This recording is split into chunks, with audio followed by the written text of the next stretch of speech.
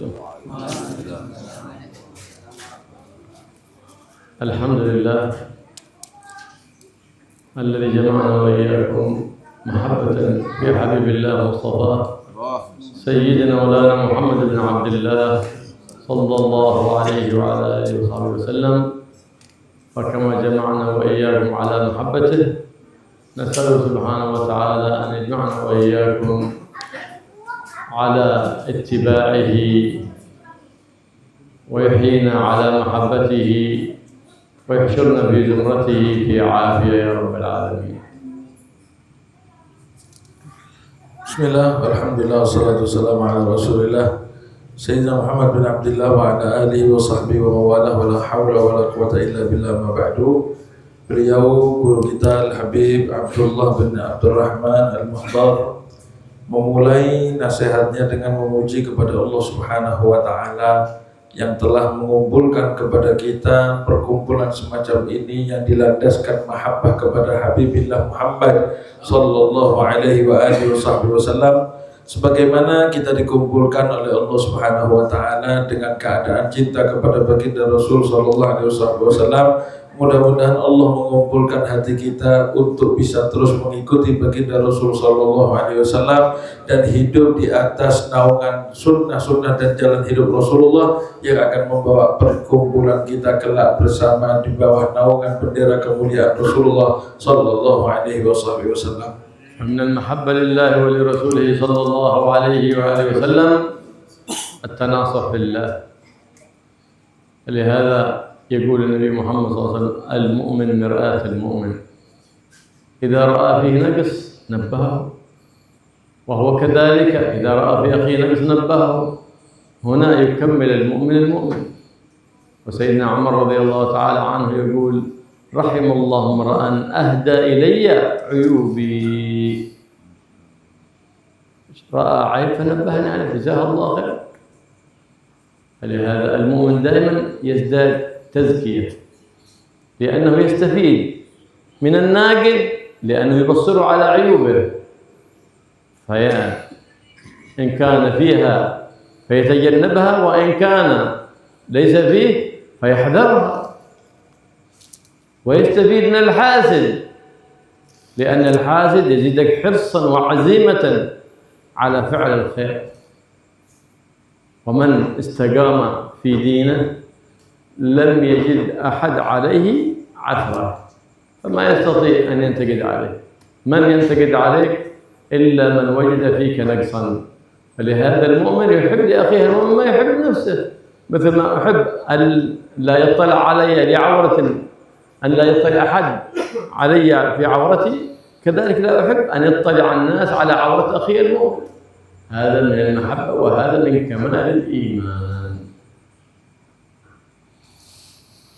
Kemudian beliau mengatakan termasuk dari antara tanda cinta kepada Allah Subhanahu wa Ta'ala dan cinta kepada Rasulullah sallallahu alaihi wasallam adalah saling menasehati karena Allah Subhanahu wa Ta'ala. Kita terus melaksanakan perintah Rasulullah SAW untuk saling menasehati antar sesama muslim. Karena sebagaimana dikatakan bahwasanya al-mu'min mir'atul mu'min. Orang mukmin itu cermin untuk orang mukmin yang lainnya. Sehingga satu mukmin menjadi cermin yang bisa melihat bagaimana kekurangan yang ada pada dirinya dan menyempurnakan kekurangan itu satu dengan yang lainnya sebagaimana cermin yang bisa digunakan untuk melihat kekurangan demi kekurangan. Sayyidina Umar ibn al-Khattab radhiyallahu ta'ala anhu beliau mengatakan dalam satu kalimat yang luar biasa. Beliau mengatakan rahimallahu imra'an, semoga Allah Subhanahu wa Ta'ala merahmati seseorang yang menghadiahkan kepadaku aib-aibnya diriku. Ketika ada orang yang mencaci atau mengeluarkan aib kita, mungkin kita marah, tapi kata Sayyidina Umar bin Khattab, terima kasih, mudah-mudahan Allah merahmati orang yang menghadiahkan kepadaku aib-aib diriku. Kenapa? Karena dengan adanya orang yang memperlihatkan aib kita, berarti di situ ada satu kekurangan ataupun tanda bahwasanya ada hal yang perlu kita perbaiki dalam diri kita, sehingga orang yang memberitahu kita tersebut berarti menginginkan kita agar kita menjadi orang yang lebih baik. Begitu juga bahkan ketika ada orang yang hasut kepada kita, sebetulnya kita itu bisa mengambil faedah daripada orang yang hasut, iri, dengki kepada kita. Kenapa? Karena ketika ada orang yang iri kepada kita, maka akan membuat kita lebih menjaga terhadap apa yang kita laksanakan di kemudian hari. Sehingga adanya orang yang mencaci kita sekalipun, ataupun orang yang hasut kepada kita, menjadi manfaat untuk diri kita, karena itu semuanya merupakan perbaikan diri kita di hadapan Allah Subhanahu wa taala. Kemudian beliau mengatakan, sebagaimana diri kita juga tidak ingin aib kita dibuka sebetulnya, maka tugas kita juga jangan pernah untuk membuka aib, apalagi mencaci daripada aib-aib saudara kita sesama muslim, sebagaimana kita tidak menginginkan hal tersebut untuk diri kita. الذي يفرح بتنبيه على عيبه ذاك هو العاقل، والذي يغضب إذا نبهته على عيبه ذاك هو الأحمق الجاهل. إذا لو قدرت إنسان عقرب أو حية بتلدغه، انتبه، عقرب، فلو غضب قال إيش أنت أزعجتنا، فتعرف أنه حمق جاهل. أنا أحذرك من العقرب بيلدغك، يقول لك تحذر، يقول أنت أفجعتنا، بدل ما يقول جزاك الله خير. أي إنسان يرى ذلك بيقول هذا أحمق جاهل، والعاقل لا، بيقول جزاك الله خير. إذا كان هذا في عقرب يلدغ الجسد الفاني، فما بالك بالعيب الذي يخدش عليك الروح الباقي. فلهذا يقول الإمام الحداد أنت بالروح إنسان ليس بالجسم، الجسم هذا يرجع إلى التراب، أما الروح هي الباقية. فلهذا إذا تزكت النفس ترقت حتى نظرت للنعم فشكرت، ونظرت للعيب فأبصرت به فندمت وأصلحت عيبها. أما الناقص الحقيقي هو الذي يطلع على عيبه ولا يصلح عيبه، هذا هو النقص الحقيقي، بل هذا أعظم نقص في الدنيا، أن تطلع على عيبك ولا تصلحه. هذا أعظم عيب وأعظم نقص في الدنيا. لهذا ينبغي لنا أن نعلم أبناءنا ونطلعهم على نقصهم. هذا محبة لابني، أما أغذيه وأعطيه الطعام ولا أنصحه ولا أؤدبه، هذه ما هي محبة. المحبة الحقيقية هي التربية. كيف التربية؟ أن تخليه عن ذميم وتحليه بحميد كريم، هذه التربية، هذه محبة. صحيح، شفت ابنك يكذب نبهته، يعمل خطأ نبهته. لابد نعلم أبناءنا عيب، نعلمهم هذا. الحين يسكت، يقول عدو صغير مسكين، إذا أنت سكت عليه في صغره ولم تنصحه ولم تؤدبه بيصير إذا كبر سكين، بيؤذيك ذلك السكين. أنت تبغى تسعد في الدنيا وتقر عينك في الآخرة، إذن اسعى في تأديبه. إن لم تستطع فسلمه لمن يستطيع أن يربيه وأن يخليه عن ذميم ويحلله بحميد كريم. وهكذا كان السلف الصالح على هذا المنوال، فإنهم يربون الإنسان بروحه لا بجسده فحسب، فإن الجسد لا التراب، وأما الروح هي الباقية ببقاء الخلاق سبحانه وتعالى. Kemudian beliau melanjutkan bahwasanya orang yang senang ataupun bahagia ketika ada orang yang memperingatkan dirinya, itu adalah orang yang akil, orang yang berakal. Sedangkan kebalikannya, ketika ada orang yang memperingatkannya kemudian dia marah, hakikatnya itu adalah orang yang bodoh, dan mohon maaf kalimatnya mungkin lebih parah, kalimat tolol. Kenapa? Karena ketika semisal, kata beliau, ada orang yang memperingatkan kita, hati-hati ada ular, hati-hati ada kalajengking, hati-hati ada hal-hal yang berbahaya, maka tugas kita ketika ada peringatan tersebut, terima kasih kepada yang memberi peringatan. Kalau ada orang yang sebaliknya dikasih tahu bahwasanya ada hal yang berbahaya ataupun ada hal yang jelek yang bisa mempengaruhi kita dengan kejelekannya, kemudian malah kita mengatakan apa-apaan, kamu ngageti saya, kamu tuh mempermalukan saya, kamu begini dan lain sebagainya. Ini hakikatnya orang yang melihat akan mengatakan ini orang tidak waras, ini orang bodoh. Kenapa? Ada peringatan bukan terima kasih, malah tidak terima ataupun marah. Maka kata beliau, Kalau dalam kondisi yang seperti itu, adanya ular, kalajengking saja, ketika ada yang memberi peringatan, kita terima kasih kepada yang memberi peringatan, ketahuilah bahwasanya sengatan kalajengking, sengatannya ular, itu hanya menyengat tubuh kita, dan tubuh kita itu suatu waktu akan binasa, selesai. Sedangkan ketika peringatan itu berupa hal-hal yang akan menghancurkan akhlak kita, menghancurkan roh kita, menghancurkan akidah kita dan lain sebagainya, hakikatnya hal tersebut akan membinasakan kita bukan dengan sesuatu yang fana, tapi sesuatu yang akan kita bawa sampai ke akhirat. Maka pengaruh itu lebih daripada pengaruhnya kalajengking, yang harusnya ketika kita terima kasih ada yang memberi peringatan kalajengking, maka ketika ada yang memberi peringatan tentang kejelekan-kejelekan terhadap diri kita, maka harusnya kita lebih berterima kasih kepada orang tersebut. Kenapa? Karena Imam Al-Haddad mengatakan anta birruh insan. Kalian kita ini manusia itu hakikatnya adalah rohnya, bukan jasadnya saja. Karena jasadnya mati, tapi rohnya akan terus terbawa sampai akhirat. Maka yang dikatakan manusia sesungguhnya itu bukan hanya jasad ini, bukan fisik ini, tapi rohnya yang akan terus dibawa sampai menghadap Allah Subhanahu wa Ta'ala. Maka hadirin rahimahullah, kata beliau ya, apabila manusia itu menghadapi peringatan, dia bersyukur, kemudian dia introspeksi, mengambil daripada nasihatnya, maka orang tersebut akan naik, kemudian naik kepada derajat selanjutnya, di mana ketika dia akan melihat sesuatu, maka dia akan bersyukur terhadap sesuatu tersebut. Ketika melihat nikmat, dia akan bersyukur. Ketika dia melihat ada aib, maka dia akan perbaiki dirinya. Ketika ada nasihat, dia akan senang dengan nasihat tersebut. Selanjutnya dan selanjutnya. Namun apabila sebaliknya, maka orang tersebut hakikatnya adalah sedang terjun daripada nilai dirinya, maka dirinya itu penuh dengan aib. Kenapa? Karena hakikatnya kekurangan itu adalah ketika kita sudah punya kekurangan, tidak sadar dengan kekurangan tersebut, itulah hakikatnya orang itu yang sedang kurang ataupun orang yang punya aib.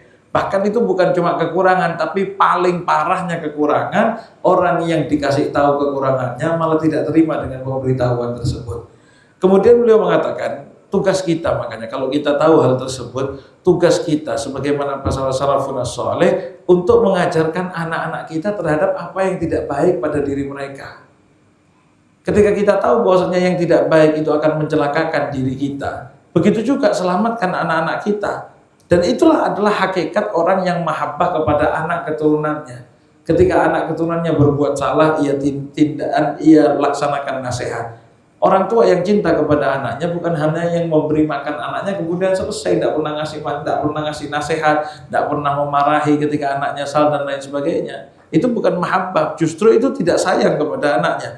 Akan tetapi orang tua yang sayang kepada anaknya adalah orang tua yang menghindarkan keburukan dari anaknya, kemudian memakaikan pakaian-pakaian keindahan akhlak pada anak tersebut dengan cara memberi peringatan demi peringatan, memberitahu ketika anaknya mungkin berbohong, ia ingatkan, ia marahi. Ketika anaknya berbuat ini, dia peringati. Ketika anaknya berbuat salah, dia peringatkan. Ketika anaknya tidak taat, dia ingatkan dan lain sebagainya. Itulah hakikat orang tua yang cinta kepada anaknya. Namun yang kita lihat sekarang bagaimana? Ketika ada orang tua yang melihat anaknya mungkin tidak sholat, yang keluar dari mulutnya mungkin cuma kata-kata miskin, kesian, masih kecil, kesian, masih kecil. Padahal ketika masih kecil tidak dididik, ia akan menjadi miskin, kemudian akan menjadi sikin bahkan. Sikin itu artinya silet, pisau. Kalau dulu nanti mulai kecil ngomong kesian, besok anak ini akan menjadi pisau. Karena tidak tahu mana yang salah, mana yang benar. Dan dia terbiasa dengan hal tersebut yang dibiarkan oleh orang tuanya. Yang justru malah kejelekannya akan mengalir sampai kepada membahayakan orang tuanya. Maka kata beliau, tugas kita sebagai orang tua untuk memperbaiki anak dengan cara mendidik sebaik-baik mungkin. Kalau tidak bisa mendidik sendiri, maka ada jalan keluar lainnya. Apa itu? Pasrahkan anak kita untuk dididik kepada orang yang mampu mendidik, kepada ustadz, kepada kiai, kepada orang alim yang akan bisa mendidik anak kita terhadap jalan yang benar, menjauhkan kepada jalan yang rusak daripada tempat-tempat yang tidak baik ataupun akhlak-akhlak yang tidak baik. Dan beginilah para salafun saleh mendidik anak-anak mereka bukan hanya dengan fisiknya, tapi mendidik sampai kepada rohnya yang akan dibawa ke dalam alam kematian. هذا يقول النبي محمد صلى الله عليه وسلم الدين النصيحة جعل الدين كله هي النصيحة أي معظم عمله في المناصحة إنسان لنفسه ينصح نفسه يعاتبها إن قصرت أو أخطأت ينصح أهل بيته، وهكذا تتسع دائرة النصيحة. كلما فرغ من دائرة اتسعت دائرة النصيحة حتى تبلغ أهل البلد، حتى تبلغ لجميع المسلمين. هكذا ينبغي لنا. رأى أحد من أصحاب النبي محمد صلى الله عليه وسلم رجلا يبيع دابة فيها عيب، ولم يبين العيب للمشتري، فجاء ذلك أحد من أصحاب النبي محمد صلى الله عليه وسلم يخبر المشتري: هل اطلعت على العيب الذي فيها عندما اشتريتها؟ قال: لا. فقال: أن فيها عيب كذا. فجاء صاحب الدابة قال: لماذا تفسد علي صفقتي؟ هو قال: اشترى مني ورضي بالمبيع. قال: لكنك لم تطلعه على العيب، ولو اطلعته على العيب ما بقى يشتري هذه الدابة، لأن هذا العيب ما تصلح للركوب، إنما تصلح للذبح. فقال له: لقد أفسدت علي صفقتي. فقال له ذلك الصحابي رضي الله عنه: لقد أخذ علينا العهد، النبي محمد صلى الله عليه وسلم أخذ علينا العهد النصح لكل مسلم، النصح، لأن الساكت عن الحق شيطان أخرس. ترى إنسان يغش إنسان وتسكت، هذا شيطان أخرس. ترى المنكر وأنت تسكت عنه أو تغطيه بالسليمود في أولادك أو في غيرهم، هذا الساكت عن الخطأ وعن المنكر شيطان أخرس. فلا بد إذا تواصل الناس بالحق وتواصل الناس بالخير ما بتنتشر المنكرات، إنما انتشرت في المجتمع المنكرات عندما نرى ذلك ونسكت، خصوصا من الأساتذة. لأنه صار الناس الآن يحتجون، يقول المجلس الفلاني في منكر، حضروا أستاذ فلان وأستاذ فلان، فصار حضور الأستاذ حجة. فلهذا واجب على كل أستاذ عنده شيء من العلم أن يتكلم ويبين الحق والحقيقة حتى يعرف الناس الحقيقة، فيلزم الحق ويجتنب الباطل. هكذا علمنا النبي محمد صلى الله عليه وعلى آله وصحبه وسلم. ولهذا قيل في سيدنا عمر: ما ترك قول الحق له من صديق. بيستقيم يصلح من صحبة عمر، اللي بيلعب بذيله ما يصلح لصحبة عمر. حتى قال فيه النبي محمد صلى الله عليه وسلم: إن الشيطان يفرق من ظلك يا عمر، إذا سلك عمر فجا سلك الشيطان فجا آخر. وهل هذا خصوصية لعمر؟ لا، ليست خصوصية لعمر، بل كل من اتقى الله وخالف هواه واتبع حبيب الله ومصطفاه يكون له ذلك كما كان لعمر رضي الله تعالى عنه. فالله يعرفنا عيوبنا ونصلحها ويوفقنا لتربية أولادنا التربية التي تقر بها عن النبي محمد صلى الله عليه وسلم. وأول التربية نعرفهم على الحبيب الأعظم محمد صلى الله عليه وسلم. أولادنا نعرفهم على النبي محمد. مصيبة في هذا الزمان أولادنا ما تعرفوا على النبي محمد. نعرفهم على نسبه، على سيرته، على شمائله صلى الله عليه وسلم، حتى يتربى في قلوب محبة النبي محمد صلى الله عليه وسلم. فإذا تربت في قلوب محبة النبي محمد صلى الله عليه وسلم حينئذ اطمئن في أمان من فتن آخر الزمان. فلهذا تكثر الفتن، واهتممنا بفكسين الأجساد ولم نهتم بفكسين الأرواح. تطعيم ضد فيروس الشبح، ولكن فيروسات تأكل في الأرواح ما اهتممنا بتطعيمها. هذا لماذا؟ لأن الناس قد سكروا بمحبة الدنيا، فلا يبالي بما نقص من أمر دينه، وإذا فاته شيء من أمر الدنيا بات حزين، بات مهموم. ليش؟ لأن الدنيا كبرت في صدره. لا، المؤمن الذي يحزن إذا فاته شيء من أمر دينه، إذا نقص شيء من دينه، ويحزن إذا فاته شيء من الخير أو وقع في شيء من الشر، ويفرح إذا وفق لشيء من الخير، يفرح بذلك. هذا المؤمن يفرح إن وفق للخير، ويحزن إن ابتعد عن الخير أو فعل شيء من الشر. هذه علامة الإيمان في القلب حتى تتزكى النفس وتصير نفس مطمئنة فيناديها مولاها في الحياة وعند الممات: يا أيتها النفس المطمئنة ارجعي إلى ربك راضية مرضية. ولا تكن مطمئنة إلا إذا رضيت بما قدر المولى ولم تسخط قضى الله، تقول الحمد لله. فإن الإنسان ما دام يصارع القضاء والقدر تطول مصيبته، وإذا رضي بما قدر المولى قصرت مدة المصيبة، فهو الذي يطيلها بعدم التسليم وهو الذي يقصرها بالتسليم بالقضاء والقدر. ولهذا يقول الله سبحانه وتعالى لسيدنا داود: يا داود إن سلمت لي فيما أريد أعطيتك ما تريد، وإن لم تسلم لي فيما أريد أتعبتك فيما تريد ثم لا يكن إلا ما أريد. والله يرزقنا وإياكم التسليم لقضاء الله وقدره، ويجعلنا مؤمنين مصدقين بما جاء به نبينا محمد صلى الله عليه وسلم، ويوفقنا لتربية أنفسنا ويوفقنا لصحبة من يعيننا على تربية أنفسنا، ويوفقنا وإياكم تربية أولادنا على وفق سنة النبي محمد صلى الله عليه وسلم، ويخلينا عن كل خلق ذميم، ويهدينا من كل خلق حميد كريم، ويجعل مجلس معنا هذا اجتماعا مرحوما وتفرقنا بعد تفرق معصوما، ولا يجعل فينا ولا معنا ولا شقيا ولا محروما، ويبارك في هذا المجلس وفي هذا الدار وفي من دخل هذا الدار وفي من طعن في هذا الدار، ويجعل إن شاء الله مجلس يحضره الأخيار بجاه النبي محمد سيد الأبرار صلى الله عليه وآله وسلم، ويبارك في الحاضرين. إن شاء الله يجعلنا وإياكم متعاونين على البر ومتعاونين على التقوى، يمن علينا وعليكم بالصحة التامة والعافية الظاهرة والباطنة بجاه النبي محمد صلى الله عليه وسلم، والحمد لله رب العالمين.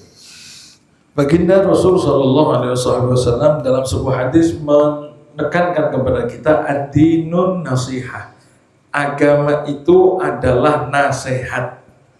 Coba bayangkan bagaimana Rasulullah Shallallahu Alaihi Wasallam menjadikan agama ini semuanya adalah yang namanya nasihat, sehingga orang yang mengerti agama adalah orang yang akan menasehati siapa yang paling pertama, yaitu dirinya yang paling pertama, akan menasehati dirinya, bahkan akan memarahi dirinya ketika berbuat melenceng daripada aturan-aturan Allah Subhanahu wa taala. Orang yang beragama adalah orang yang akan menasehati anak-anaknya, keluarganya, tetangganya, dan kemudian semakin meluas ketika dia bisa pindah daripada satu lingkungan kepada lingkungan yang lebih luas. Yang pertama dirinya, keluarganya, anaknya, tetangganya, saudaranya, bahkan sampai kepada penduduk negeri, semuanya akan semakin meluas ketika orang itu semakin tinggi nilainya di hadapan Allah Subhanahu wa taala. Ada salah seorang sahabat di zaman Rasulullah SAW melihat satu orang yang menjual satu binatang ternak yang untuk ditunggangi. Ternyata ada kekurangan aib pada binatang yang dia jual tersebut, tapi sang penjual tidak memberitahukan kekurangannya. Ada aibnya tapi tidak dikasih tahu. Sehingga ketika ada satu orang yang membeli, orang tersebut membeli tanpa sadar atas kekurangannya dan dibayar harganya. Setelah orang itu membawa pulang ataupun membawa keluar dari tempat sang penjual, maka sahabat itu mendatangi sang pembeli, kemudian memberitahu bahwasanya yang kamu beli itu punya aib begini.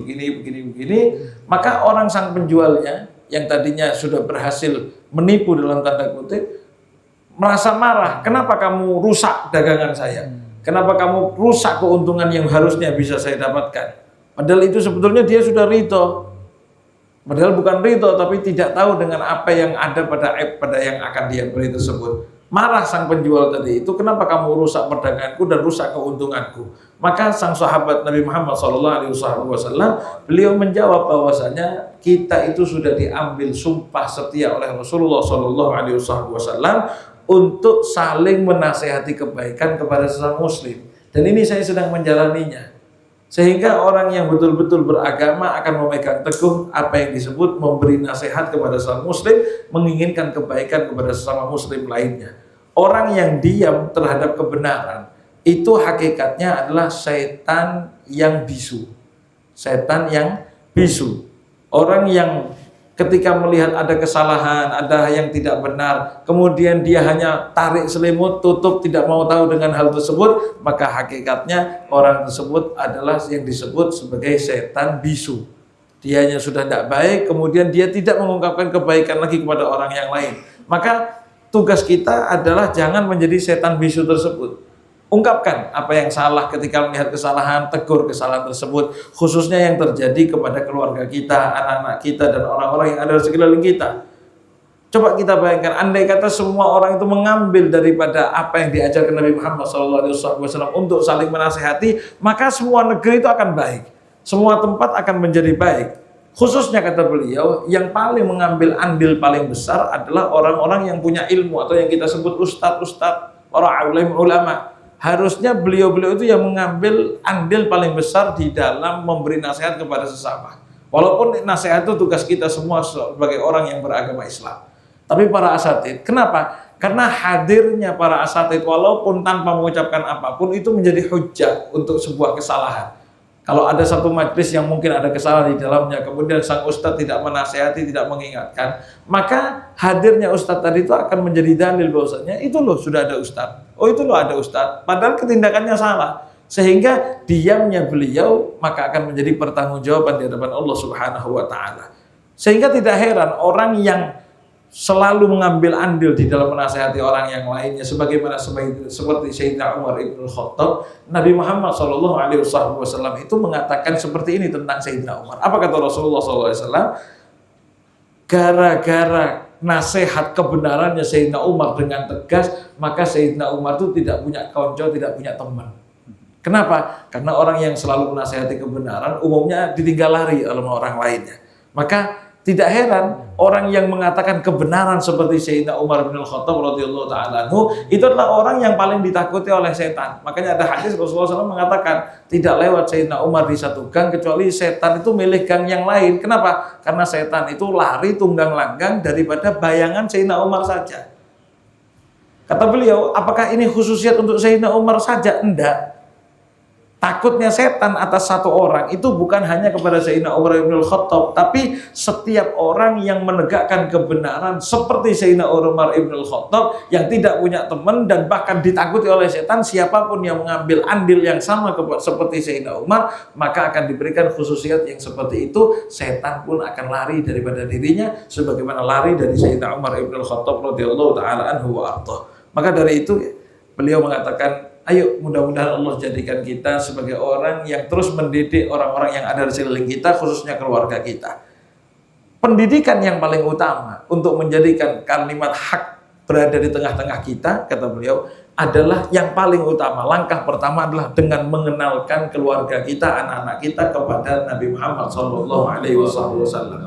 Musibah zaman ini adalah bagaimana anak-anak kita, keluarga kita tidak kenal dengan Nabi Muhammad SAW, tidak kenal dengan tuntunannya Nabi Muhammad. Tugas kita kenalkan kepada Nabi Muhammad, bagaimana nasabnya Nabi Muhammad, jalan hidupnya, sirahnya Nabi Muhammad, akhlaknya Nabi Muhammad, ya, dan juga lain sebagainya yang berhubungan dengan Nabi Muhammad SAW.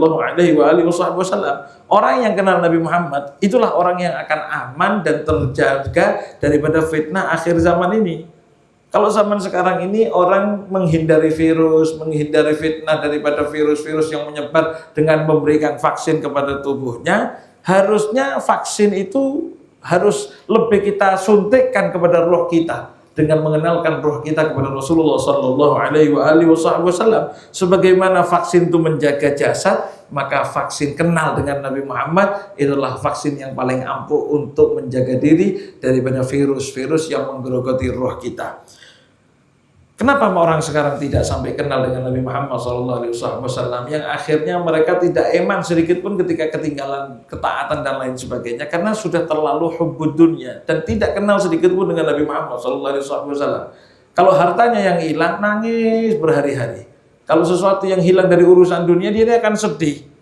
Tapi orang-orang yang ahlillah al-mu'min tidak seperti itu. Ketika kehilangan dunia dia akan biasa, tapi kehilangan ketaatan dia akan nangis, dia akan sedih, dan sebagaimana orang-orang yang kehilangan nilai di hadapan Allah Subhanahu wa taala, dan juga sebaliknya. Kemudian ya beliau mengatakan, tanda kebaikan pada diri seorang selain daripada apa yang kita sebut dengan kenal Nabi Muhammad SAW adalah menjadikan dirinya itu dan jiwanya menjadi jiwa yang mutmainnah.